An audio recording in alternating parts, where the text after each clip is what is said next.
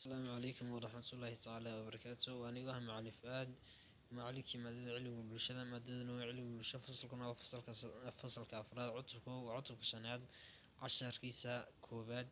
عيوان كيسونو يهي حوضقن كددك السومالي لان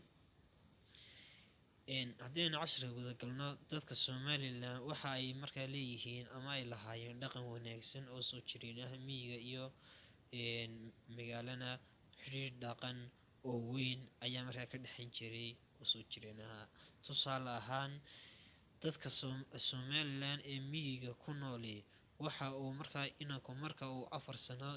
jir uu gaadho ama 4 jir uu gaadho loo diri jiray ama uu eegi jiray adhiga ayaa uu markaa eegi jiray sidoo kale marka uu weynaado ee uu ka koro xilligii adhiga loo dirayay garaadkiisa markaa ama garansay uu koro waxa uu markaa eegi jiray ama loo diri jiray looda ama geela ayaa uu raaci jiray subaxii ayaa uu geyn jiray dhul daaqsimeedka isaga oo markaa lasoo joogi jiray muddo dhan ama muddo markaa ku siman 10 saacadood inta uu lasoo joogo xoolaha marka ay qoraxda markaa ku dhawaato godkeeda ayaa markaa lasoo caraabin jiray xoolaha oo xaggii guriga ama xaggii xerada lagu soo caraabin jiray dhaqan ahaan soomaalida markaa dumarku waxa ay markaa u xilsaaran yihiin guriga korinta caruurta iyo dhisida aqal Soomaaliga waxa kale oo dadka markaa Soomaalidu dhaqan ahaan ay u leeyihiin martisoorka iyo deeqsinimada taasi oo ah labada shay ee markaa ay Soomaalidu dhaqan ahaan ay u leedahay ee lagu yaqaano dadka miyigu waxa ay markaa dhaqan ahaan markaa ay u leeyihiin in haddii uu qof markaa marti ah u soo hoydo reerkooda ama markaa gurigooda inay habeenkaasi ardayga markaa fadhiisan jireen kadibna neef shilis loo qalo sidaana markaa lagu casuumo qofkii martida ahaa ee reerkooda u soo hoyday luqadda dadka Somaliland ay adeegsadaan ama luqadda dadka Somaliland waa af Soomaaliga waana luqadda koowaad ee dalka lagaga hadlo ama luqadda koowaad ee qaranka ayaa la oran karaa markaas waa luqadda Soomaaliga sidoo kale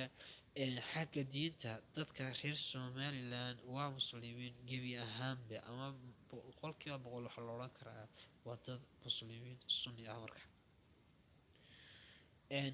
waxa ayna markaa ku dhaqamaan shaaficiyada ayay ku dhaqmaan diinta islaamku waa ta keliya ah ee markaa dalka dhexdiisa laga ogol yahay in lagu dhaqmo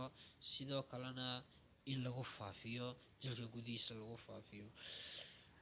dhaqanka xagga markaa labiska ama xagga markaa dhaqankii bulshada xagga labiska raggu waxa ay xiran jireen macawis go-shaal ah iyo kabo markaa saan ka samaysan ayay xiran jireen xagga cuntada waxa ay markaa dhaqan ahaan markaa ay cunaan dadka reer Somaliland ama cuntooyinka ay dhaqan ahaan dadka reer Somaliland u leeyihiin waxa ka mid ah garowga suurada galeyda heeda iyo canjeerada ama markaa laxooxda iyo wixii lamid ah markaa intaas waxay noogu dhamaaday casharkeenii fasalka afraad ee ciwaankiisu ahaa hab-dhaqanka dadka Somaliland oo aynu soo tilmaanay in dadka Somaliland hab-dhaqan soo jireen oo ka dhexeeyay dadka miyiga iyo magaaladaba iyo sidoo kale dadka markaas ku dhaqan miyiga markaa ku dhaqan inay caruurtooda u diri jireen xoolaha u diri jireen 4 jir marka uu gaadho markii uu ka weynaado garaadkiisa ka korona ay geela iyo looda ay u diri jireen muddo dhan uu soo raaci jiray 10 saacadood kadibna lagu soo celin jiray qoraxda markay ay godkeeda ku dhawaato ama ay markaas dhacdo sidoo kale waxaanu tilmaanay